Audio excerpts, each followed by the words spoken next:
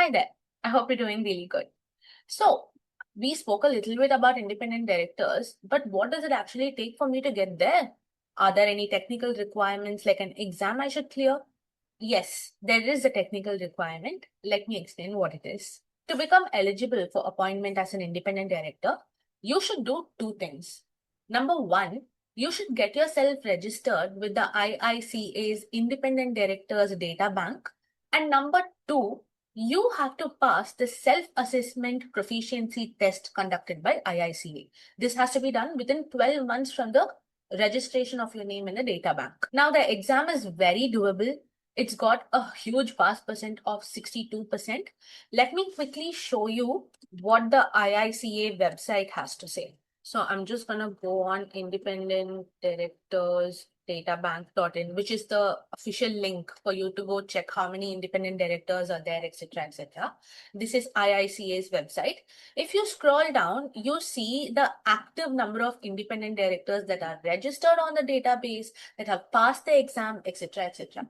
So the number of people registered in total are 39,480 people, and the number passed is 24,539, which supports our 62% pass rate roughly. Now, if you're a lawyer or a chartered accountant or a cost accountant or a company secretary with 10 years of experience in practice, you are exempted from giving this exam. And people who've been directors of a public company before that meets certain threshold limits before are also exempt.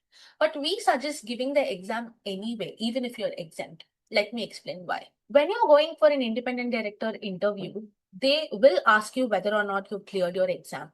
And oftentimes, what happens is corporate leaders have an inclination towards choosing people who've gone through the assessment just because they understand corporate governance a little better. So, unless you're a celebrated name in your field, relying on the exemptions just simply makes you look like you're avoiding the exam, and we don't want that. Now, here's the important part.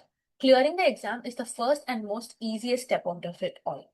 This alone won't secure you any board appointments. What actually helps is you having a personal brand and a good relationship with merchant bankers, promoters, and other decision makers of a company. And this is not an arbitrary claim. We had a professional come to us for help. His name was Jakub. He had cleared the exam, but he had trouble securing appointments simply because he didn't have a personal brand. But once he built a personal brand, he immediately got appointed at Core Energy Systems Limited. Another professional, Suman, told us that she got zero searches on the IICA's database. Yet, within the next 3 months, she got appointed as an independent director. How do you think that happened? Through personal brand building and networking. So, the bottom line is the exam does open doors for you, but you still have to walk through it. The question is, are you ready to do it?